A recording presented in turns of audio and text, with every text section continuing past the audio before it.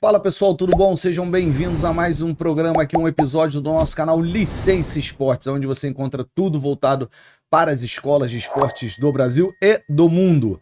Mais uma vez aqui do meu lado, o zagueiro da cintura dura, o mala sem alça, Luiz Fernando, que hoje está trazendo um grande defensor da vida profissional dele. Daqui a pouco eu apresento o convidado, vocês vão conhecer.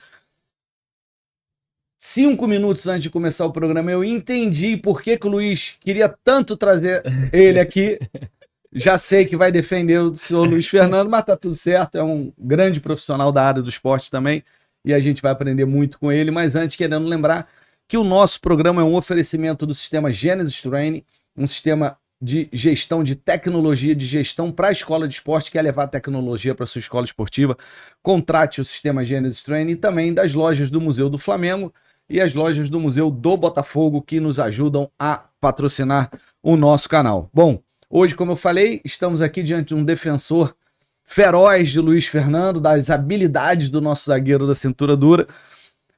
Glaucio, muito obrigado por ter vindo aqui, ter aceito o nosso convite, a gente sabe como o tempo é importante. Tô brincando aqui, que a gente sempre brinca com o Luiz aqui, a gente fala, mas você vai falar. Você trabalhou com esse homem aqui quando ele jogava futebol, então você vai poder falar. Mas antes, queria te agradecer pela presença, você ter aceito esse convite. Seja muito bem-vindo aqui no nosso canal. Obrigado, Cid. Obrigado, Luiz. Obrigado a todos que estão nos assistindo. Trabalhar com o Luiz foi bom, né? Foi bom, né? Foi bom quanto durou, né? Pode dizer assim. Mas a gente conversa adiante, mas é uma pessoa maravilhosa e, além da qualidade como jogador, ele excelente pessoa, excelente profissional. E aí nós vamos conversando e a gente vai colocando, soltar um pouquinho, abrir um pouquinho esse livro de capa preta dele aí. Como pessoa e como profissional, não tenho a menor dúvida, um cara nota 1000. Agora, jogador, aí você vai ter que me convencer, mas vamos lá. A gente sempre começa aqui com a mesma pergunta para todo mundo, porque o nosso canal é um canal voltado aí para os nossos alunos, os pais, professores, né, e os proprietários das academies, e as pessoas que gostam de saber sobre escola de esporte. E a gente sempre pergunta, qual foi o teu primeiro contato com o esporte, lá na infância, a primeira lembrança que você tem ligada ao esporte e por que o esporte na tua vida e aonde isso concretizou aí, contando um pouco da tua história. Poxa, minha primeira lembrança com o esporte foi com o futebol. Meu pai jogava a pelada dele todo final de semana, eu acompanhava e ficava brincando, bem pequeno, 4, 5 anos, brincando com os outros filhos dos outros amigos dele. E aí a paixão do futebol surge, né? Bem pequeno, não só em jogar, assistir jogos, ir a estádio, acompanhando meu pai assistindo jogos. E aí a gente vai ganhando carinho, um amor pelo futebol, pelo esporte, jogando em campos de terra, chamado várzea, terrão, próximo da minha casa, na garagem do meu prédio, que eu morava no prédio. Depois eu me mudei, fui jogar bola, tinha uma vila do lado do meu prédio, com os amigos, escola. Você é de onde? Você é do Rio? Sou do Rio, morador no Meier, nascido no Meier, criado no Meier. Carioca da Gema. Carioca. E futebol de escola. Estudava num colégio particular que tinha o esporte como uma das prioridades do ensino, né? E jogando futsal, contando com alguns amigos, sempre que os colegas também jogavam. Um amigo meu jogava no Mackenzie, futsal. Pô, vamos fazer um teste no Mackenzie, você joga direitinho, né? 12 anos. Aí fui pro Mackenzie, fiz um teste no Mackenzie, passei, joguei futsal até os 15 anos. Depois tinha uma fratura de tibia e fíbula num treino. Que isso? Com 15 anos? Num treino. Tibia e fíbula no treino. A ordem era driblar o cone, né? Driblar o cone e finalizar. O goleiro saiu em cima, driblei o goleiro. Nossa, aí tava semifinal do estadual. A torcida gritou. O goleiro ficou meio chateado. Na segunda ele veio. E a ordem era chuta de primeira. Eu fui chutar, o goleiro saiu de carrinho. Quebrou. Aí não joguei mais futebol em alto nível. Procurar minha vida, estudei. Queria trabalhar com futebol. Sempre foi minha paixão. Mas engraçado que eu sempre quis trabalhar com futebol de uma forma de poder liderar, porque minha primeira passagem no estudo foi fazendo na faculdade de Direito, só que eu jogava na seleção da faculdade. E o professor, nosso treinador, se aposentou. E aí não tinha treinador para treinar a equipe. Aí aqui é um espírito já de liderança e vai você, vai você, vai você. Puxa. Aí fui ser treinador e jogador da faculdade. Aí tranquei direito e fui fazer educação física. Você tranca o direito e vai pra Tranquei educação direito, física. fiz 1 ano de direito, tranquei a faculdade e fui fazer educação física. Porque eu queria trabalhar com futebol e ali, naquela brincadeira que E se por que, tornou... e por que você não decidiu antes? Você foi primeiro pro direito, aquela coisa de que, pô, na nossa época, Educação aquela física, educação física, vai morrer de fome. Eu acho que foi vai- por aí, essas inclusive... pra burro, quer ir pra educação física de mais vagabundo. Na realidade, falaram que era mais fácil. Só que foi que eu estava na faculdade de Mato Grosso do Sul, estava na Federal. Então, quer dizer, só que eu consegui trancar e continuar na educação física. E depois eu vim para o Rio de Janeiro. Mas eu tive uma cobrança muito grande da família de não esporte. De profissão, porque na época, né, pô, tô com 57 anos, sou de 68. Então fazer ser advogado, fazer concurso público, engenharia, etc, etc. Também fui pro lado militar, fiz escola militar. Então, na realidade, a família sempre teve esse lado de segurança profissional. Aí, terminei educação física, já estava no Rio de mais Janeiro. uma pergunta em cima disso. Quando você troca, você comunica a família, esconde, Não, faz escondido? Olha, minha mãe ficou sabendo 6 meses depois, já tinha concluído o primeiro período de educação física. E falou, é isso mesmo que eu quero, agora daqui eu não saio. Não, minha mãe, eu esperava uma reação mais forte dela. Ela falou assim, é isso que você quer? Eu falei, é isso que eu quero. Tudo bem, vambora, né? Vambora. Mas ó, uns anos atrás, falou assim, tá vendo? Se tivesse feito direito, né? Hoje tá advogado. Mas eu não me arrependo, não, porque a gente às vezes tem que escolher entre o sucesso profissional financeiro e também você tentar conciliar o que você gosta com a parte profissional. E eu faço o que eu gosto. Você imagina passar 30, 40 anos fazendo uma coisa que você não gosta? Eu falo isso direto. É martírio, né? Então a gente perde algumas coisas, mas ganha outras, tem felicidade, alegria. Eu passei uma fase um pouquinho antes da pandemia, de instabilidade financeira, né? Sim. Uma crise e tudo. E na época, a minha ex-companheira na época falava, por que você não vai fazer concurso? Pô, por que você não vai fazer concurso? Para ter a tal da segurança. Eu falei, cara, porque eu não me vejo, eu acho que eu começo já a passar mal de eu me imaginar de segunda a sexta, de tal hora, fazendo a mesma coisa. Eu não consigo, eu adoro dar aula, né? E mesmo assim já recusei convites, olha, de dar aula, de universidade para dar aula, porque eu teria que ficar o ano inteiro, toda terça e quinta à noite, de tal hora, dando aula. Eu falei, eu não consigo, entendeu? Então, assim, imagina se eu tivesse feito. Eu seria uma pessoa muito infeliz vivendo isso. Eu apoio, cara. Se você for fazer com amor e dedicação, não importa o que você faça, vai dar certo. Vai dar certo. Um momento melhor, um momento pior e tudo, mas você vai pelo menos ter vivido feliz com aquilo que você sempre quis ter. Eu fico feliz de escutar isso. E eu carrego até aquela frase do Confúcio: faça o que ama e não precisará trabalhar nenhum dia da sua vida. Exatamente. Porque não é um trabalho. Sim. Pra mim não é trabalho. O que eu faço não é um trabalho. Porque eu amo aquilo que eu tô Que fazendo. bom, não preciso pagar salário mais, então. Não é por aí, né? Que tá baixo. Vai viver de amor, vai viver de amor. Tá Agora vai baixo, viver de que tá amor. baixo. O senhor falou no início da conversa do senhor, da apresentação, Tu vai me futsal. chamar de senhor, Luiz. Isso É mesmo? o costume, né? Pô, me chama de Glaucio, Luiz. Já tô de barba branca, cabelo branco, vai. Fala. Professor, no início você falou de futsal. Futsal. E a gente fala muito aqui de futsal e de família. Você já deu o exemplo da sua família que no início não aprovava. Como que você vê o futsal hoje na formação? Por que isso? Eu bato na tecla que todo mundo defende futsal, mas nem abraça a causa do futsal. Você vê os grandes nomes falam de futsal, na formação. Eu dei exemplo até do Pedrinho, presidente do Vasco, que fala o tempo todo de futsal, mas eu não vejo ninguém movimentar para a causa futsal. Como que você vê o futsal? Olha, eu fico triste que o momento que o futsal vive. Há uns 30 anos, 20 anos atrás, 30 anos, a gente esperava o futsal sendo o segundo maior esporte do planeta, na minha opinião. Porque tinha tudo para dar certo. Um esporte genuinamente brasileiro, né? Mas a gente não entende, a gente ouve algumas coisas, por que, por exemplo, não se transformou em esporte olímpico. Acho que foram problemas internos de federação, confederação, e a gente não andou. Eu considero o futsal, é lógico que hoje com as academies e o futebol sintético, o futebol society, ele está ocupando esse espaço até por falta dos campos de várzea para que você possa desenvolver a parte lúdica do jogador, que é a essência do futebol brasileiro que a gente está perdendo. Mas o futsal, para mim, seria hoje a porta de entrada para o futebol de alto rendimento. Eu vivi isso. De ser a intensidade, de ser o campo, o espaço reduzido, a falta do 1 contra 1.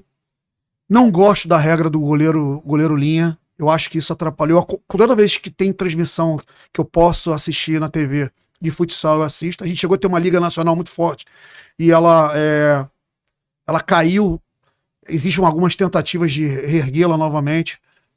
Mas o futsal, para mim, seria hoje o que está faltando dentro do futebol brasileiro, porque todos os clubes tinham futsal. Era a porta de entrada das equipes de campo. Vocês tinham jogadores competitivos no futsal e era mais fácil. Pô, isso aqui é um destaque, isso aqui destacou, vamos fazer um teste no campo. E basicamente todos os jogadores faziam um teste no campo. Hoje é só uma captação e uma transferência pro campo. Que se o menino não der certo no campo, ele não tem segunda opção. Ele volta e não tem mais futsal. Exato. Porque não tem o juvenil, o profissional nos clubes, né, de camisa, né? No futsal não tem mais. Vai até o sub-13, sub-15 e acaba. Não tem o investimento que tinha, por incrível que pareça, a gente no desenvolvimento do futebol. E a gente teve uma conversa uma vez já com a SAF Botafogo sobre isso. Você tá falando do Tiano, o Tiano era um defensor do futsal no Botafogo, eu também era, de ter introduzido na SAF o futsal. A SAF só levou o futebol. Só levou o futebol. A gente sabe porque chegou um contato de haver uma parceria, mas isso parece. Eu saí do clube, não sei o que. Tá retomando agora, mas quando foi feita a SAF, para o pessoal entender, a gente sabe disso até porque as escolas da Botafogo Academy, a gestão é nossa da licença. Quando foi feito o contrato de SAF, se transferiu o futebol para a SAF. O futsal não. O futsal ficou com o Botafogo Social, né? E então estava sendo bem trabalhado. Sim, eu esqueci o nome do rapaz que tá lá até hoje, desde a minha época também ele tá lá. Oh, meu Deus, treinador de lá que cuida do futsal lá, perdão, esqueci o nome dele, mas assim, ele é um cara que a gente tem que trazer, inclusive aqui, que é bacana ele vir. Ele faz um trabalho bacana. Quando a gente estava na base lá do Botafogo, na gestão do Maurício, tinha o futsal lá, mas era só escolinha, sim, era na sede, sim, né? E aí a gente faz uma parceria com a Casa de Espanha para o Botafogo ter o futsal e ser a porta de entrada para os atletas que a gente iria levar para o campo. Inclusive o Maurício, treinador que esteve aqui com a gente, Maurício Souza, ele sai dessa parceria da Casa de Espanha, né? Mas o grande problema que eu vejo hoje é justamente isso. Depois que ele faz essa tal de transição, vamos ver se ele vai bem no campo. Se ele volta, ele não tem segunda opção, morre ali. O futsal, hoje no Rio de Janeiro, dos grandes clubes, morre no sub-13, sub-15. Sim. Você não vê mais. Não tem mais campeonatos sub-17, sub-20, não tem mais. Mas no projeto da SAF Botafogo, tudo foi levado, acho que não foi adiante, porque o centro de treinamento da base estaria no projeto, as quadras de futsal. Se eu não me engano, com uma parceria com a prefeitura, esse treinamento não saiu. Sim. Ou por enquanto, pelo menos, não saiu, né? E o futsal estaria envolvido.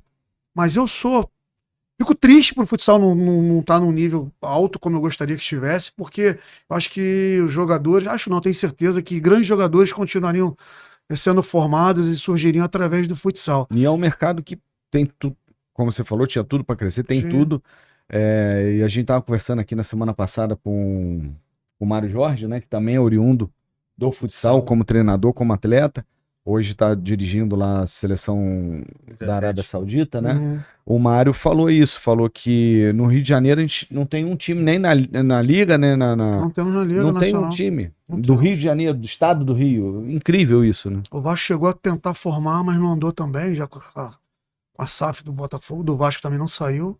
Voltando lá na tua história, e aí você comunica a tua mãe que estava fazendo educação física, ela falou, é isso mesmo, vai. Isso. E aí você se forma, e como é que é a sua iniciação, vamos dizer assim, profissional sem ser advogado, agora sendo professor de Meu educação primeiro física. trabalho na educação física foi nas escolinhas do CFZ, no Recreio, que era considerada na época 96, 95, modelo de escolas de futebol no Rio de Janeiro, até no Brasil.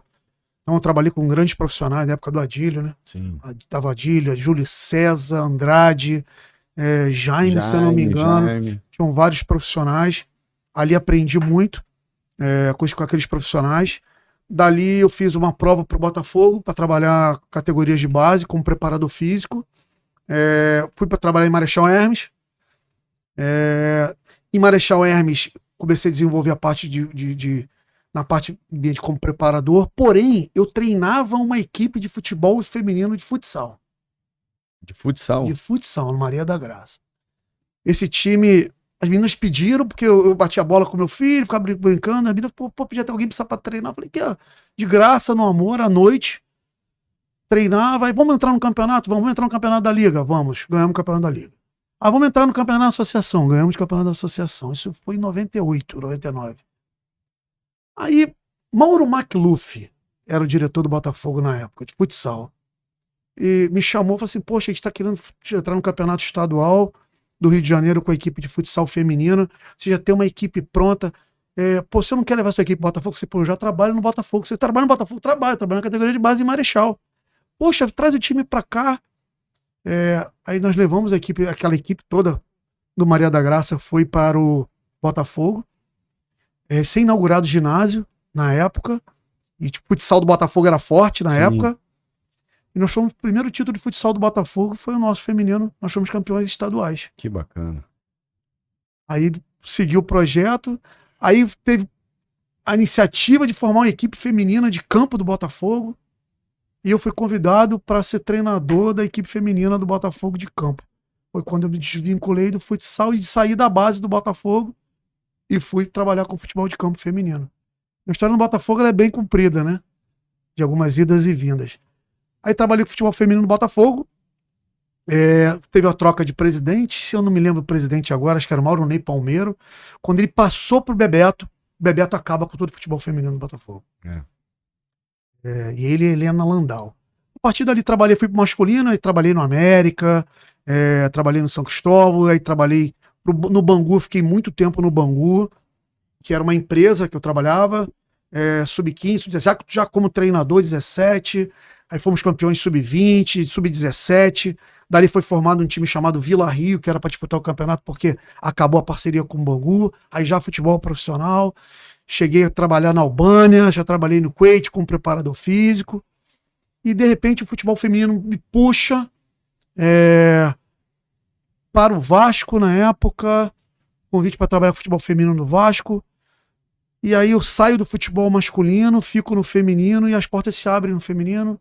Do Vasco, voltei para o masculino, depois voltei para o futebol feminino, fui para o Santos, futebol feminino do Santos, ganhamos praticamente tudo no Santos. Qual ano que foi isso lá? Você foi 16 e 17 no Santos. Foi.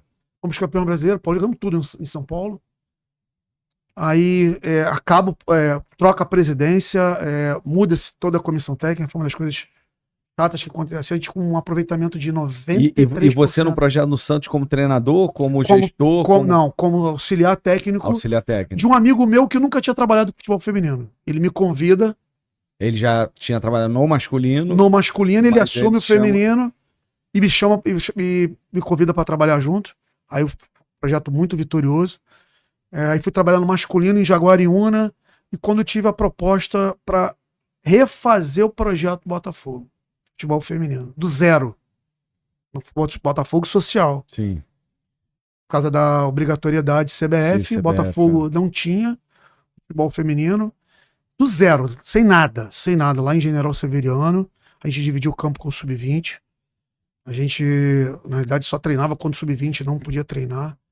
E o projeto começou em 2019.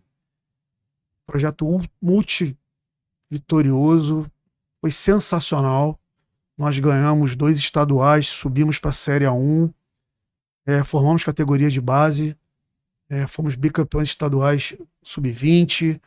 Fomos terceiro campeonato brasileiro.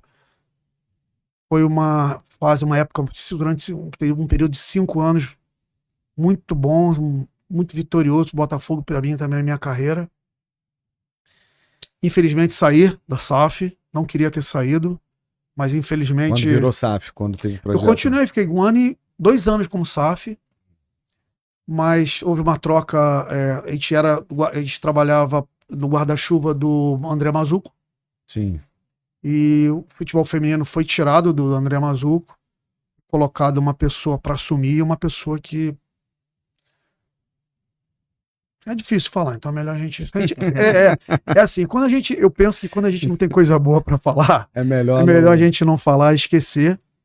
Mas graças a Deus tudo bem, eu fui para Manaus, trabalhei em Manaus, estava no Santos ano passado. No Botafogo você deve ter trabalhado com o pessoal da administração que trabalhou na minha época lá, que eu tenho muito carinho, a Morgana. Sim. Trabalhou contigo Morgana lá. Trabalhou, ela foi para Lunier depois, Isso, foi trabalhar lá ela tá. Acho que ela continua no Lunier. Eu acho que ela tá voltando pro Newton Santos. Sim. Eu tive lá outro dia, a gente se encontrou.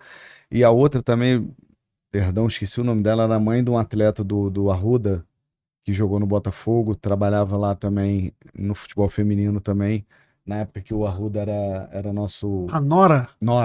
Norinha. Nora. É isso aí. A Nora, o Arruda era nosso jogador da base, o filho dela. É. E aí, eu falei, Nora, vem trabalhar aqui, ela tá precisando. Beijo pra Nora. Pô. Ela é sensacional. E aí eu trouxe ela pra trabalhar e ela ficou direto lá. Uma mãe da Arruda. Continua trabalhando lá. A gente tá organizando dia 20 de julho um evento da Academia do Galo, lá na Cidade do Galo. E a gente escuta, né, muita demanda de futebol feminino, que tá crescendo, né, na meninada hoje, tá sendo introduzida nas escolinhas, enfim. Aí a gente vai fazer do sub-11 e sub-14, só para as meninas lá na Cidade do Galo. Acredito que seja a primeira camisa, a primeira bandeira que faça o evento voltado só para o feminino. O Ricardo, que hoje é diretor do profissional, vai estar presente. Não sei se Ricardo Rezende. Não sei se você conhece, ele marcou presença, ele vai estar lá e está envolvido, né, nas Eu finais aí do... muito com ele nos meses passados. Sim. Vai ir lá pro Galo? É um clube sensacional, né? Enfim, a gente tá tentando valorizar também o futebol feminino. E vai ser o primeiro evento aberto ao público, não só para as meninas que são da Academia do Galo. A gente vai abrir inscrições. Então a gente vai abrir para quem não que queira conhecer o projeto, né, que queira ter esse contato com o futebol feminino lá na Cidade do Galo, e mesmo não sendo aluna da Academia do Galo, porque geralmente os eventos que a gente faz lá, os festivais e tudo, são para os alunos, né? E como a gente quer trazer esse público do futebol feminino pro futebol e para as academies e também pro clube, como ponto de observação, né, de captar talento e tudo, a gente vai abrir para o público em geral. O futebol feminino está desenvolvendo muito, está crescendo demais, deixou de ser uma exceção. E eu tenho conversado também com a Joyce e com a Robertinha no Botafogo. Sim. Que eram do Galo. Era do Galo e foram pro Botafogo. Sim. E elas, numa palestra com a gente lá no Galo, quando elas estavam no Galo antes do Botafogo, elas falavam que é uma demanda reprimida, que é coisa do passado, até recuperar o espaço, não sei o que vai demorar, enfim. Como que o senhor vê o futebol feminino? Vou te chamando de senhor de novo, tá vendo? Ele tem uma dificuldade tremenda. Não, porque... Eu não vou defendê-lo mais. Ótimo. Agora a gente vai entrar no assunto. Daqui a pouco a gente vai entrar no assunto do Luiz.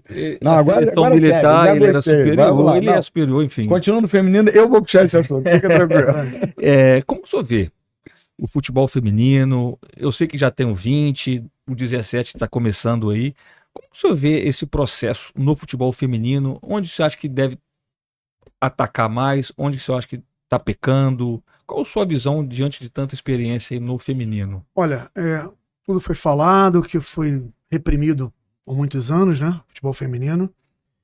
Culturalmente, nós não tínhamos uma tradição com futebol feminino, futebol de mulheres, né? Porque é só você ver quantos de vocês, a gente pode falar que nós, o nascimento ou aniversário de 1, 2, 3 anos de uma menina, filha de um amigo nosso parente, nós demos uma bola de presente. Eu nunca fiz isso. Vocês já fizeram? Eu não conheço. Então, ao contrário do masculino, onde você recebe o uniforme do time do pai, do avô, tudo a bola, a chuteira. Então, o contato da mulher com a bola, esse contato está mudando, né? Principalmente nos últimos 5 anos, mudou muito. pela mídia, pelo fator financeiro, porque o futebol brasileiro, eu acredito que não é só paixão, mas também é o recurso ou a fuga ou a tentativa de uma melhora financeira e social de uma família. Que o pai fala assim, meu filho tem que ser jogador de futebol porque ele tem que salvar a família. Isso antigamente era só voltado ao futebol masculino. Eu presenciei isso no Botafogo já, em algumas situações, de meninas sendo colocadas no futebol para ajudar socialmente e financeiramente a família. Porque hoje não é mais amador, é sério. Os investimentos são bem altos. Como eu falei, tem jogadores no Brasil ganhando entre 100 e 200 mil e lá fora quase R$1 milhão. Então você vê, realmente é um nicho e é uma profissão. Então você vê começou um maior incentivo dos pais com relação a isso. Porém, culturalmente, ainda não estamos acostumados a presentear crianças, meninas, com uma bola. Então, eu vejo o mercado hoje importantíssimo do futebol feminino em termos de academies, de escolas, porque existe uma demanda de atletas. Tem mais clube do que jogadora. Esse desenvolvimento foi de uma maneira forçada, da obrigatoriedade FIFA, CBF e federações, e veio de cima para baixo. Está funcionando? Está. Mas se eu tivesse que dar uma opinião, se eu fosse consultado, e eu falei isso na época, tu tem que ter obrigatoriedade de ter uma categoria principal? Tem, mas você tem que ter uma categoria de base também. Eu tinha que ser o contrário. Os primeiros anos obrigado a ter base. Mas com o Brasil demorou. E a FIFA, você não faz, então agora vai. Obrigado. Aí teve que ser de cima para baixo.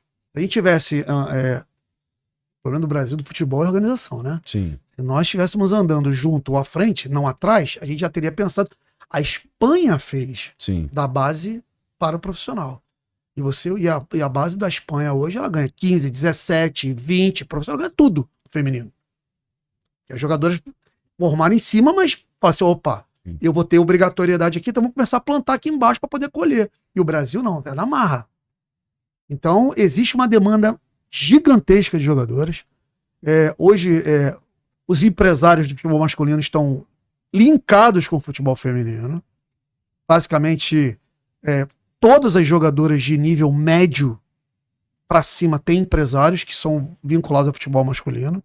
Então, realmente é um mercado. E não tem jogadoras para sustentar as equipes todas do Brasil. Então, ficou uma coisa que hoje tem que se formar jogador de futebol feminino. Os clubes ainda não entraram, na minha opinião, verdadeiramente, porque ainda não tem a grande quantidade de jogadoras vendidas. Pagamento de multa. Porém, já existe. Jogadoras hoje sendo vendidas por R$1 milhão. 800 mil reais. Às vezes, $400 mil. Porque hoje a multa também já está em dólar. O que está acontecendo? Os clubes estão enxergando e hoje já existe um investimento muito grande no sub-20 e as equipes estão vendo que há necessidade de categorias inferiores.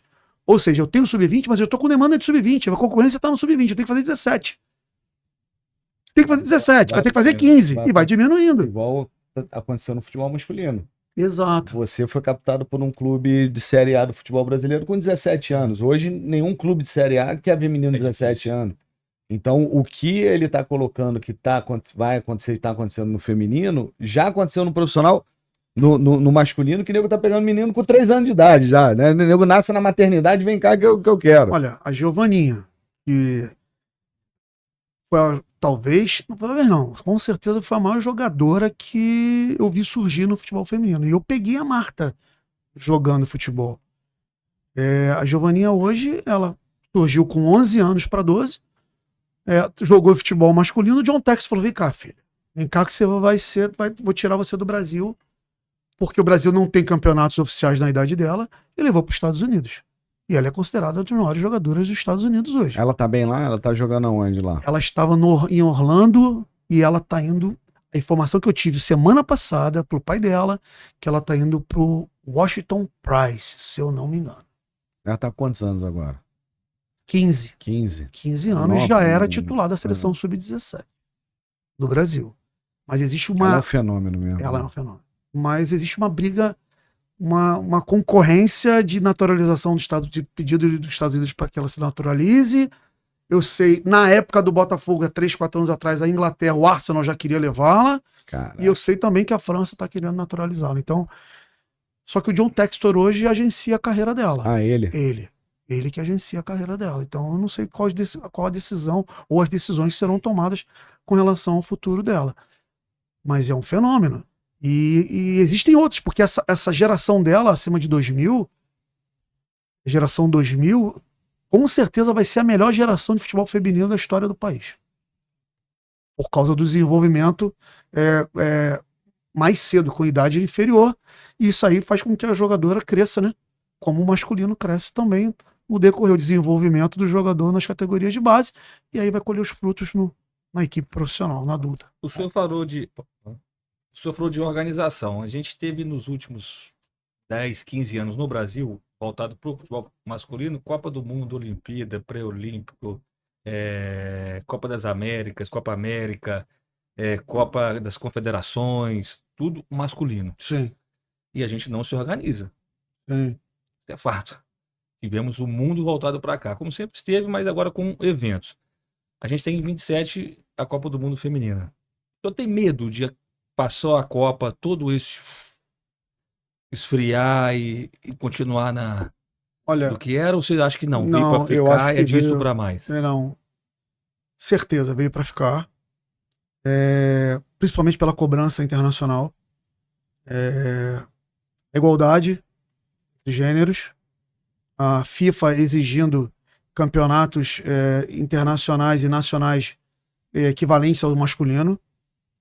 É lógico que não se tem ainda os valores iguais, por causa daquilo que eu te falei, da revenda, não tem a revenda ainda, né? Quer dizer, tem, mas não na quantidade que tem o futebol masculino.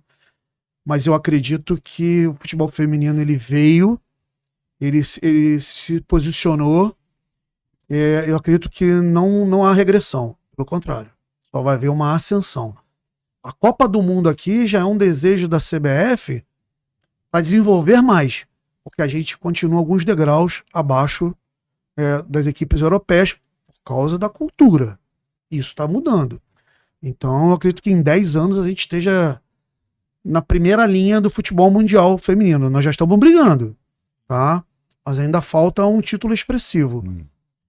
Mas o que vai acontecer? O que a gente tende a acontecer é que as melhores jogadoras saiam cedo do Brasil. E lá também recebe investimento. E lá também o investimento. Existe uma organização maior e existe, como você falou, qualidade de vida melhor. Então a tendência é que a gente também perca isso aí. As nossas jogadoras já estão saindo e a tendência é que aconteça essa saída prematura delas também. Mas o futebol feminino veio... Há 5 anos atrás eu não falaria isso, tá? Mas hoje eu posso dizer, quase afirmando, que é uma ida sem volta. O crescimento vai acontecer, já está acontecendo, mas vai virar um mercado fortíssimo em termos de nível esportivo, nacional e mundial, futebol feminino. Outro dia o Luiz comentou aqui também, eu vou fazer essa mesma pergunta, que a gente tem hoje, em todos os esportes coletivos, né? Você tem uma diferenciação de algumas questões técnicas nas regras e tudo entre masculino e feminino. Então você tem o vôlei, a rede do vôlei no masculino é numa altura, no feminino é de outra, né? Até no basquete a cesta. No basquete a cesta é mais baixa. Você tem, até no beisebol, você tem o soft ball, né? Que enfim, tudo. Por que no futebol é tudo igual? Você é a favor de ter algo, exemplos, uma trave menor, o campo menor, ou mais jogadoras dentro do campo, em vez de 10 na linha, 11 de cada lado? Não, se é a favor ou contra, se todos os esportes têm essa diferença e no futebol. E isso, de repente, essa falta dessa adaptação, de repente, porque muita gente fala, né? E a gente não tá aqui criticando nem falando, mas é o que o pessoal fala: o jogo feminino é chato, não é lento. Chutou no alto é gol. Chutou no alto é gol, parece jogo de mirim, né? Quem é do futebol sabe que o pessoal fala assim. Se essas regras mudassem, será que não ficaria mais atrativo? Assim, 10 anos atrás, há 10 anos atrás, eu falaria para você que deveriam ocorrer várias mudanças. Mas a velocidade do desenvolvimento delas, mulheres, como atletas, foi tão grande que se você me perguntar assim, Glaucio, como você me perguntou, o que você alteraria? Eu só alteraria uma coisa hoje, o peso da bola. Porque existe a dificuldade das bolas longas, das inversões, do chute com menos velocidade devido ao peso da bola. Devido à característica da mulher, que não tem a mesma força muscular que o homem tem. Mas o desenvolvimento está tão grande, por exemplo, as goleiras. Por exemplo, as goleiras que trabalharam comigo nos últimos 3 anos, todas têm mais de 1,80 m.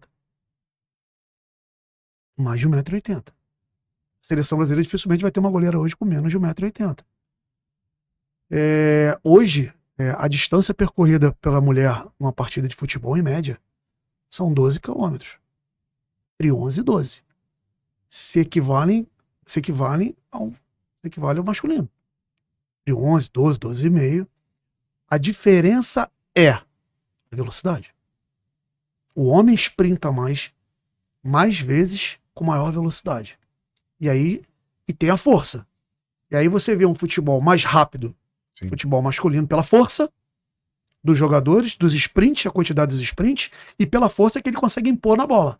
Se você diminuir um pouquinho o peso da bola, você vai atingir a mesma velocidade, talvez com um esforço menor.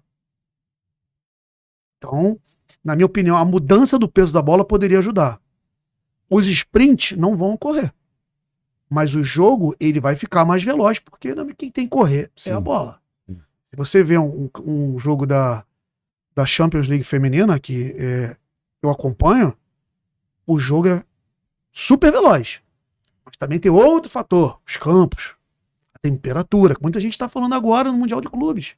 Gente, você jogar 40 graus, você foi jogador. Sim. Jogar com 35 graus na cabeça é uma coisa. Jogar com 20, 22 é outra.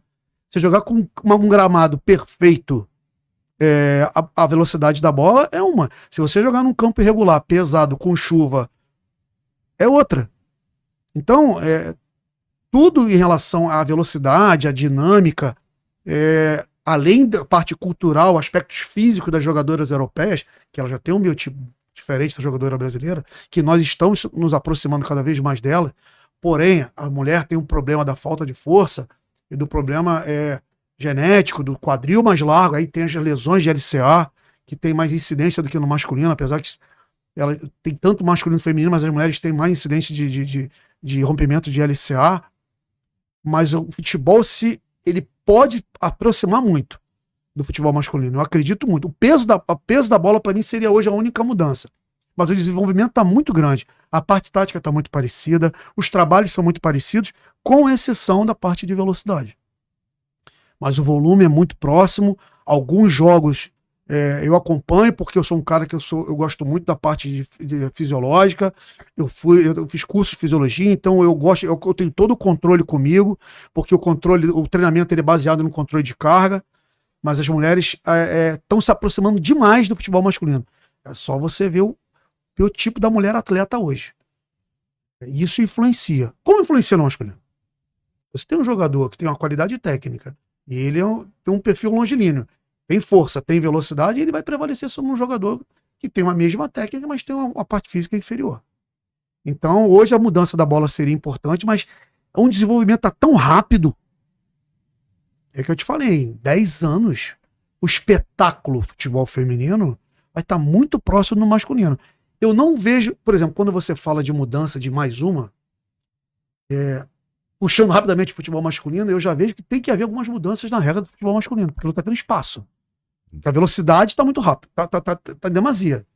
Está demasiada. Você tem que tocar rápido, você tem que tomar decisões mais rápidas, e eu não sei aonde nós vamos chegar. Eu não tenho espaço mais para driblar. E eu sou a favor, no masculino, que você aumente o espaço. Aumentar o espaço como, professor? Aumentar o campo? Não. Porque as mudanças no futebol, elas são baseadas em mudanças de regra. As grandes mudanças do futebol foram baseadas em mudanças de regulamento de regra.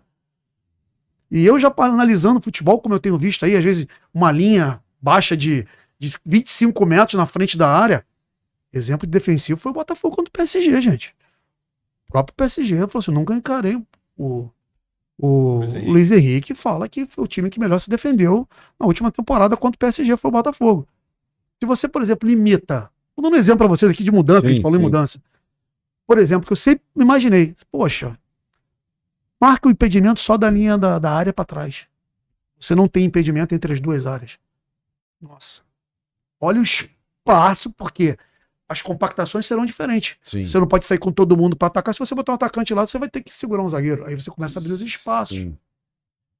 Mas hoje o futebol europeu, ele comanda o futebol mundial. Se der espaço, o futebol sul-americano toma o mercado novamente. E a mudança do futebol mundial foi a redução de espaço feita pelos europeus. Sim. Tanto é que nossos campos eram 110 por 75, hoje são 105 por 68. E eles diminuíram esse espaço. Mas, voltando ao futebol feminino, eu considero que a mudança do peso da bola talvez seria a única mudança que eu faria hoje. Mas você falou da Giovana. Existe alguma regra, lei que permite menina jogar com menino? Como que foi essa adaptação dela lá com seus 13 anos? E se ela jogou na categoria dela ou se tem diferenciação nisso? Pelo menos a Federação do Rio de Janeiro, ela permite times mistos até 14 anos, até antes de completar 15 anos. Então ela poderia jogar sub 11, 12, 13, 14. Não tinha campeonatos oficiais da idade dela feminina. Então ela ela fez uma avaliação na base do Botafogo. Se não foi 13 não, tá? Foi 11. E com 11 anos ela era titular do sub 12 e titular do sub 13. Com 11 anos? Com 11 anos. Com 11 anos de idade. A gente fez, o Altamiro Botino era o fisiologista do Botafogo na época, ele foi meu professor. Eu chamo ele de professor, acontecendo isso com um atleta assim, assado, a gente precisa avaliar essa menina diferente. O Altamiro falou, Glaucio, e a gente conhece há muitos anos, Glaucio, você tá falando é diferente. Eu falei assim, o Altamiro fez uma série de avaliações com ela. O Altamiro talvez seja os principais fisiologistas do Brasil e do mundo. Sim, e do mundo, Altamiro. Dentre os testes que o Altamiro fez, descobriu que ela toma decisões mais rápidas do que a média. Tem programas que fazem esse tipo de avaliação, inclusive que o masculino. Ela tinha uma mobilidade melhor, até por ser mulher, tinha facilidade, a mobilidade da mulher é maior do que a do homem. Ela tinha uma massa muscular e características de explosão de fibras rápidas igual ou superior aos meninos da idade dela. E ela tinha uma coisa, ela tem, né? Acredito que isso não se perde. Ela tem um nível de visão periférica muito maior do que da maioria da população. Ela enxerga mais lateralmente. Existia um cara por aí, né? Tal de Edson, que tinha isso. Lógico, sem comparação, porque não dá para comparar. Mas ela, dentre os jogadores que o Altamiro já avaliou, ela tinha... Que não foram poucos. Que não foram poucos. Ela tinha uma visão periférica privilegiada. Ou seja, ela conseguia enxergar o jogo antes dos outros. Sim. Ela tem essa vantagem. Se ela enxerga antes, ela decide antes. Se ela decide antes, ela acelera o jogo. Ela vê os espaços com antecedência. Ou seja, ela é mais rápida, não só com as bolas nos pés, mas principalmente sem ela. A gente tava... Depois tu faz a pergunta. É muita coisa interessante essa menina, né? Não, mas A gente tava falando aqui também no último podcast sobre a evolução na questão do masculino e tudo, tática, física, técnica, não sei o quê, e que a última parte hoje é a questão do cognitivo, tomada de decisão e o lado emocional, né? Eu não sou trabalhei com futebol feminino, eu não trabalhei, não... E assim, o que me incomodava, o nego vai cair de pau em mim, vai falar aí, vai me xingar, não sei o quê, mas eu vou falar. O que me incomodava muito, acompanhando seleção brasileira, tá? Porque era o que eu acompanhava. Sim. Era a parte emocional das atletas. E esse discurso de que nós fomos reprimidas muitos anos, que nós não sei o que, não tinha ninguém para dar um soco na mesa e falar, meu irmão, a partir de agora é diferente, esquece o passado, vambora, vamos para frente, olha para frente. A força mental que a gente fala hoje que os atletas têm que ter, quando você pega inclusive grandes atletas femininas, de outras modalidades, né? Quando você pega uma Hortência, uma Paula no basquete, foi que não pode ganhar o quê? Nós vamos lá e vamos ganhar assim. Eu acho que falta esse lado emocional, pelo menos faltou durante muito tempo dessa geração brilhante que a gente teve no futebol feminino, por essa questão de bate na trave, vice-campeão do mundo, vice-campeão olímpico, aquela coisa toda. Eu não sei se isso abalou elas ou o que ficou. Também a nossa imprensa, que não é fácil lidar com a nossa imprensa. Você que trabalha diretamente e viu muito do futebol feminino, você também tem essa visão minha, que é de longe, é do sofá? A minha visão é do sofá. Que falta essa autoconfiança delas que é possível? Olha, Filho do coitadismo? Parece a muleta, né? A gente faz um gol, a gente que é do futebol, você sente que vai tomar um gol de empate. E elas parecem que não estão acreditando que fizeram um gol. E aí toma o gol, vira o jogo tá na mão. Ou então tá 1-0, a bola pra matar o jogo. Mudou um pouco no último Mundial. E a tendência é mudar mais ainda. Naquele jogo contra a Espanha, né? Sim. Que fez 1-0. Aí perdeu o gol. Falei, cara, vai acontecer de novo. Aí fez um amistoso agora contra a França, fez 2-0 e tomou no final. É isso. Como é que você vê isso? Olha, não só no futebol feminino, primeiro que o aspecto mental hoje é tão importante o aspecto físico e o aspecto técnico. Não adianta você estar bem tecnicamente, fisicamente e mentalmente, você não está bem, porque hoje é uma coisa só. Não existe estou bem fisicamente, não estou bem mentalmente, ou estou bem mentalmente, não estou bem fisicamente.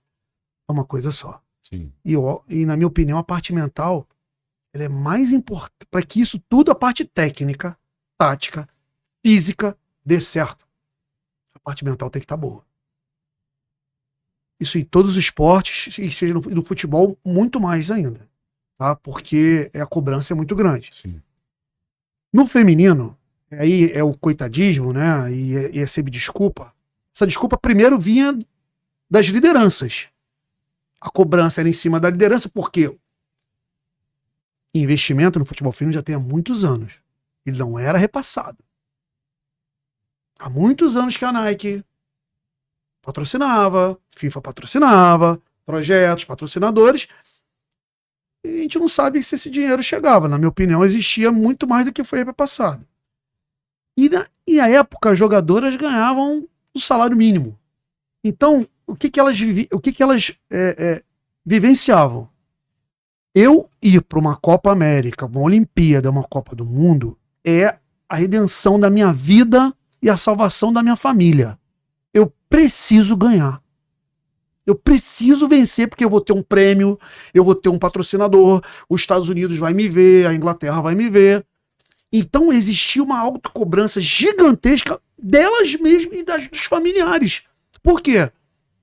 Porque ou ela vencia na seleção brasileira, ela continuava com uma vida medíocre. Que é a maioria do futebol feminino na época. Hoje já melhorou muito o nível. Então, o que você imagina? Vamos fazer uma brincadeira, né? Eu tô indo para jogar uma Copa do Mundo. Eu ganho R$1.000. E você, Luiz, joga no futebol europeu, você masculino, eu tô representando outra modalidade, você ganha, que nem um jogador de futebol masculino, R$1 milhão. Você é eliminado nas quartas de final da Copa do Mundo ganhando R$1 milhão. E eu sou eliminado das quartas de final da Copa do Mundo ganhando R$1.000. Quem vai se abalar mais mentalmente? Eu ou você? Você. Eu. Por isso, aquela choradeira, aquela desculpa, mas elas também não estavam preparadas. Hoje existe uma diferença. Existe psicologia, assistente social, nutricionista, tudo no futebol feminino. Esse trabalho está sendo feito, paralelo a isso, uma melhora nas remunerações. Então, as jogadoras, posso dizer que hoje, as jogadoras da seleção brasileira são jogadoras profissionais. Jogadora que vai jogar a Copa do Mundo, vai jogar a Olimpíada, vai jogar a Copa América, ela vai sair, ela vai estar empregada. Ou no Brasil ou fora. Então, ela tem uma tranquilidade de, quando você não é tão pressionado, você rende melhor. Óbvio que tem as exceções. Romário, você podia estar desabando o mundo, caindo raio, caindo que o Romário ia lá, para ele com 1.000, com 10 mil, com 100 mil, com 1.000, com uma pessoa, ele jogava do mesmo jeito. E outros jogadores. excepcionais. E O às Mário, vezes, Ronaldinho. se você não pressionasse, aí que não jogava, né? Tinha mais aqui. Exato. Agora, são os extraclasses, os fora de série. Por isso eles são fora de série. Porque eles não se abalam mentalmente das situações mais difíceis. O futebol feminino era a vida, ou é a vida. Eu consegui um empate, uma medalha de prata. Gente, medalha de prata, bronze e ouro no Brasil, o governo dá dinheiro, não sei quantos anos. E as jogadoras, elas iam, se eu preciso ganhar uma medalha, porque eu vou ter remuneração por tanto tempo, vou ganhar um prêmio. É bolsa atleta, é bolsa não sei o quê. Então a pressão interna delas e familiar era gigantesca. Então aquele abalo emocional. Ah, poxa, é legal. Era reflexo disso. Era reflexo disso tudo, sendo que também não havia uma preparação em categoria. Não tinha categoria de base. E isso está mudando. Você vê que hoje está mudando. Está mudando porque os clubes hoje, os grandes clubes, os clubes de A1 do futebol feminino, quase que todos eles têm toda uma comissão técnica que trabalha para isso. Seja a parte mental, emocional, física, fisiológica, médica. Então, o que está acontecendo é as jogadoras estão começando a chegar melhor preparadas para os campeonatos. E aí, como é que é você falou a bengala? A muleta. A muleta já diminuiu. E hoje, não, na minha opinião, você chegar hoje e falar assim, perdemos que não tem apoio. Mentira. Acabou. Hoje o tratamento da CBF com elas é igual do masculino. Fala. Não, a pergunta que eu ia fazer, eu trabalhei. Quando eu fui visitar o senhor lá com o Botafogo, na General Severiano, ali com Batata, tinha algumas meninas, né, que treinavam comigo, 2 delas até foram lá naquele encontro. E uma das 2, a Grazi, tá no Fluminense, jogando sub-20, tá bem. E uma delas, a Sofia, a mãe dela, quando foi levá-la para poder treinar, é onde eu quero chegar, me chamou no canto toda, Luiz, Sofia, menina, mas gosta de bola. Tipo assim, com receio de colocar a menina para poder jogar. E hoje você não consegue, ainda que eu saiba, formatar só feminino, só masculino nas escolas de esportes. E ela ia ser no meio dos meninos. Você já recebeu alguma demanda de pai, de mãe sobre a filha que quer jogar bola? O que você orienta? O que você fala? Você já percebeu isso nos pais, que às vezes tem um talento em casa, mas o pai, por preconceito, por cultural, ele não deixa? Olha, porque quando é pai de menino, aqui ó, meu filho, o craque, o craque. Assim, você percebia que era... Luiz, até hoje eu continuo recebendo ligações pedindo para indicações de aonde colocar a filha para treinar, onde botar a filha para fazer uma academy, qual o clube melhor. Meu Instagram, às vezes eu não consigo responder, mas eu respondo todo mundo. Mas existe sim, aquilo que eu falo, cultural, existe o pré-conceito de algumas coisas, mas independente disso, que seja no masculino ou no feminino, a formação do jogador, porque existe o jogador, mas o ser humano, ele tem que ser acompanhado pelos pais, independente de ele ser masculino ou feminino. Então, por exemplo, vou pegar meu filho, vou jogar meu filho pra jogar lá em Recife. E ele aqui do Rio, vai sozinho. Tem que haver um esforço, uma tentativa de algum familiar acompanhar. Seja diariamente ou a cada um período de semana, 15 dias, não sei. Isso pro masculino. Feminino também. As tentações, elas estão colocadas à mesa para todos. Você tem que ter um acompanhamento, não só... Porque o clube, ele é responsabilidade do clube, é dentro de campo. Da porta do clube para dentro. É óbvio que alguns clubes, eles conseguem dar uma estrutura de alojamento, de moradia, de escola muito grande, maior, e a minoria no Brasil. Mas a formação, o acompanhamento, a preocupação com a formação do caráter, da personalidade da criança também é dos pais. É muito importante que os pais nos perguntem. E perguntem a pessoas que realmente conhecem. Para saber qual o caminho que deve ser seguido. Baseado nisso, toma-se decisão. Isso não é só no futebol. Isso é no handebol, no voleibol, no judô, no basquete. Então, na minha opinião, é responsabilidade dos pais. Você tem que falar o que você pensa. Acompanha, é legal, dá certo. e a formação por parte é função deles, não dos professores, são dos pais. Você falou Bolsa Atleta e tudo mais, e aí eu não tenho como, a gente já está quase terminando aí o nosso horário, o nosso podcast, e perguntar da sua experiência na seleção militar. Como é que foi? Como é que você chegou lá também e tudo mais, e como vocês conseguiram aprovar o nosso zagueiro Luiz Fernando nessa seleção. Conta um pouquinho dessa história aí pra gente. Olha, a minha chegada na seleção brasileira militar, porque eu sou oriundo da Força Aérea e... Você é militar? Sou militar da reserva e... Como é que você entra pra vida militar? Eu prestei concurso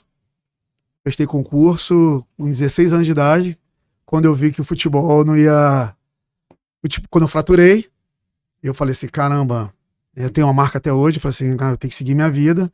Era uma coisa na época que era muito bem remunerada, eu estudei, fiz concurso, passei, eu me formei terceiro sargento da Força Aérea e consegui levar uma vida paralela no futebol, no esporte, porque eu trabalhava por escala, né? Então eu consegui levar minha vida paralela com isso, em relação ao futebol, ao esporte. E eu nunca imaginei que eu trabalharia com esporte dentro da Força Aérea ou nas Forças Armadas, porque eu estava morando em Roraima, em Boa Vista, inclusive lá eu trabalhava futebol porque as equipes lá treinavam à noite, e eu consegui trabalhar 2 anos, graças a Deus ganhamos 2 campeonatos lá em Roraima, em Boa Vista, e eu recebi um convite no militar. O convite, né, Luiz, é uma ordem, e falou assim, ó, você tem que vir para o Mundial Militar, que seria em 2011. Eu falei assim, como assim? Você não é isso? E sabiam entrar na minha vida mais do que eu. Fiquei assustado. E eu nunca falei nada, nunca... E eu recebi uma ordem, eu vim para o Rio de Janeiro. E quando eu vim para o Rio de Janeiro, me colocaram numa unidade esportiva, que era a Comissão de Esporte da Aeronáutica. O Luiz era da Comissão de Esporte do Exército. CDE, CDA e CDM, o esporte da Marinha. E teve um campeonato, e eu, trabalhando com o esporte, pediram para eu assumir a seleção brasileira da Força Aérea. E tinha campeonatos internos. O campeonato interno. E a gente teve jogos de seleções, o time da Força Aérea foi bem na época, e eu tive convite para representar junto com o responsável pela modalidade, era o Exército. Eu tive convite para trabalhar junto com os militares do Exército no trabalho de seleção brasileira militar para jogar um Mundial Militar. E aí jogou contra mim, já pelo Exército, e o Exército tinha uma política de militarizar alguns jogadores profissionais para representar o Brasil. Sim. Um projeto olímpico e um projeto mundial desportivo. Então o Luiz, que já tinha sido jogador profissional, ou era jogador profissional na época, ele se candidatou, ele colocou o currículo dele, aí você faz o levantamento histórico dele e ele foi aprovado.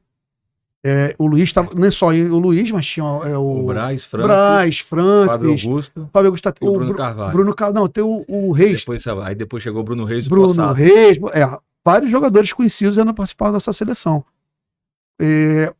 Uma estrutura muito boa, que é a Escola de Educação Física do Exército na URCA. E esses jogadores, esses atletas militares jogadores, formavam a equipe militar. Quando eu tive o prazer de conhecer o Luiz. Como eu falei antes, excelente profissional. E eu trabalhei na Força Aérea também, eu trabalhei com várias modalidades. Eu trabalhei com badminton, handball, basquete. Uma coisa eu digo pra você.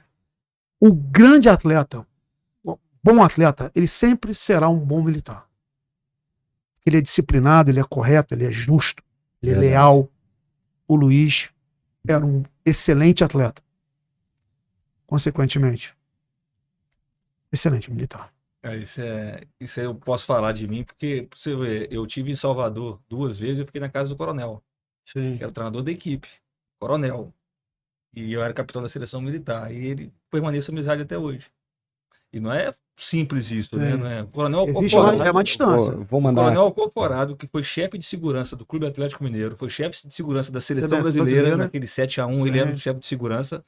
Ele me liga para poder pedir as coisas, para poder fazer com ele no Atlético, indicar amigo dele que tem jogador, Coronel Alcoforado, que foi meu chefe, que é isso tudo. Ou seja, eu acho que não é à toa, né? Eu posso ter sido ruim. Quiser passar uma coisa, não, né? Não. E se eu não tivesse. Eu não vou passar, eu estou preparando o material que eu vou passar aqui.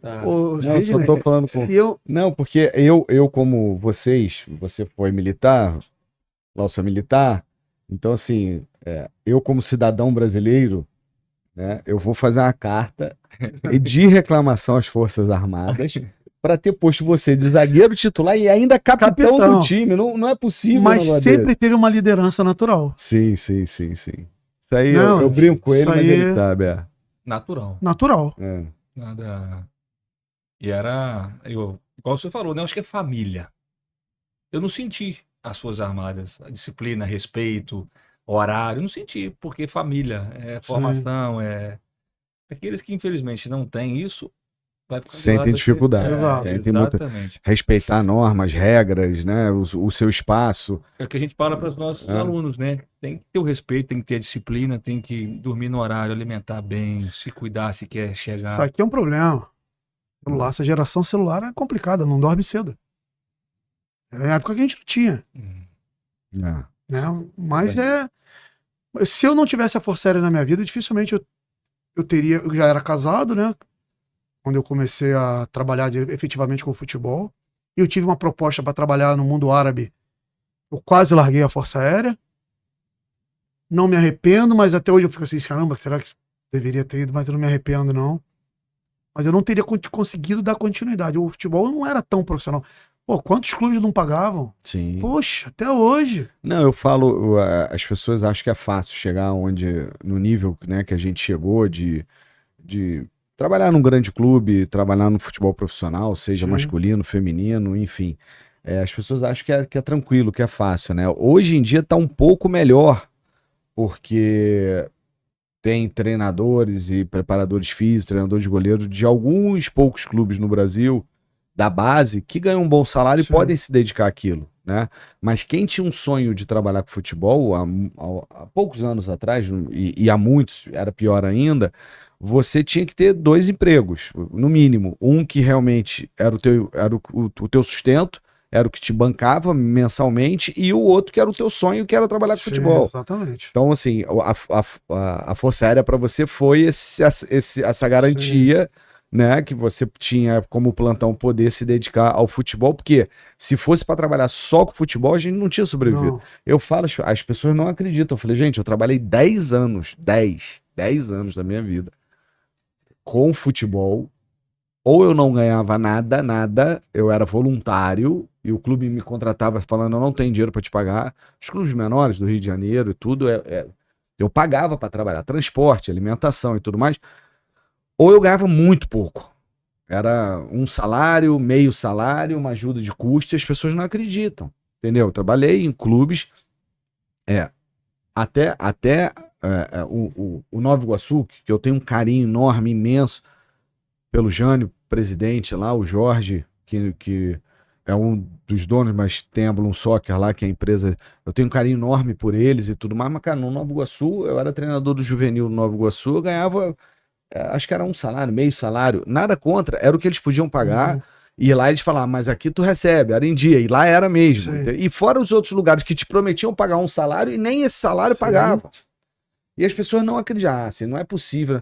Todo mundo que passou aqui, que trabalhou com futebol em alto rendimento, tinham 2 profissões, 2 trabalhos, porque não é fácil trabalhar. Ou seja, o meu apartamento eu comprei graças às Forças Armadas, Seleção Militar. Mano. Eu joguei no Bahia, joguei em Gama, Nova Iguaçu, não sei aonde, Ceilândia, fui para...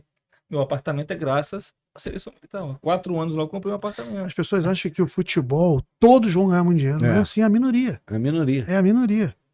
Então, a formação por exemplo, de um garoto, de um aluno, ele tem que se preocupar assim, eu quero ser jogador de futebol, ele tem que investir no sonho dele.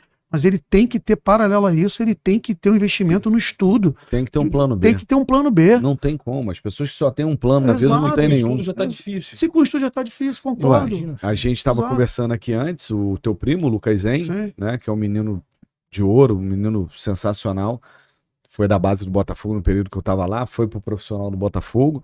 Ele é um menino fora da curva, né? E acontece isso, era um menino que todo mundo falava, o Lucas Zen, seleção brasileira de base e tudo mais, e com moral dentro do clube e tudo mais. Foi pro profissional, rodou lá 1, 2 anos no Botafogo, depois saiu, ficou rodando clube pequeno e tudo, e sorte que ele sempre soube se cuidar e ter um plano B. Porque senão ia acontecer com o Lucas Zen o que acontece com 99% desses meninos que têm um sonho de ser jogador.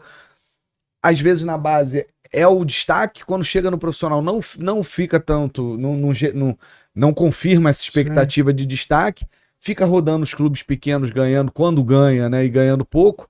Quando acaba a carreira, eu fui o quê? Aí eu falo, dublê de jogador. Tu não foi jogador, né? Porque assim, e aí não tem um estudo, não tem uma profissão, não tem nada. E fora os que ganham dinheiro ainda e não sabem guardar o dinheiro, aplicar, Exato. já não tem um plano B e não sabe guardar o dinheiro, fica pior ainda, né? E tem muitos atletas hoje que ganharam muito na época no Muito. auge Sim. e hoje estão atravessando dificuldades financeiras muito grandes, Mas porque muito. não tiveram o plano B, o C, ou levar uma vida paralela O- em relação O à parte Ronaldo financeira. Fenômeno, outro dia eu tava num podcast ou num programa desse, o Ronaldo Fenômeno. Ele tem uma empresa de agenciamento de carreira, né? De atletas também, de vários esportes. E ele falou que a cada 5 atletas que ele conhece, 4 estão com dificuldade financeira. Sob com a estatística que ele fez, assim, jogador de futebol profissional que ganharam dinheiro 5, 6 anos depois que encerra a carreira, acaba o dinheiro e estão passando dificuldade financeira hoje. Imagina, cara, tu viveu um momento de glória, ter um patrimônio, guardar o dinheiro e depois 2 tu viveu exemplos o rápidos, Edilson Capetinha e o Jô. Ambos Sim. foram presos por causa de pensão. Tiveram que. O Jô há pouco tempo estava preso, Sim. não sei se está solto ainda. Ganharam tudo. O Edilson é campeão do mundo. Campeão de tudo no Não, Corinthians. ganharam Ele estava em salário. Manaus, ele estava jogando no Amazonas, o jogo. Tá. Foi preso. Indo pro campo, indo pro jogo há pouco tempo, agora estava preso de novo. E ganhou tudo. A gente, por exemplo, Mas a acho gente, que é no, fácil. a gente no Feminino Botafogo, uma vez por mês a gente tinha aula de. Como é que é o nome? Estudo financeiro, não? Educação financeira. Educação financeira. Uma vez por mês a gente levava um profissional para dar uma palestra para jogadoras, porque elas têm que se preocupar com relação a isso. Ele fala que tinha que ter no ensino escolar aqui no Escolar, Brasil. Sim. ficar falando de equação de segundo grau, tudo bem, isso desenvolve raciocínio, isso é importante tudo, mas, cara, eu falo que na escola a gente tem que ter educação financeira, no Brasil não tem, Não tem. entendeu? A própria parte legal da vida, leis mínimas que as pessoas precisam entender e saber, né? Na escola tinha que ter, não tem, entendeu? Você sai da escola sem saber nada. A educação entendeu? do nosso país, ela. Aí não dá A nem gente pra... vai, se a gente for entrar nisso aqui, imposto você paga. E muito, e Imposto você muito. paga bem pago, por sinal. E muito. Não fala não. Não fala não, né? Vai pagar outro imposto. A gente já tá chegando já no nosso horário aqui. Boa, né? A conversa. Meu diretor, quanto tempo? Né? Bateu 1 hora, 1:07 já.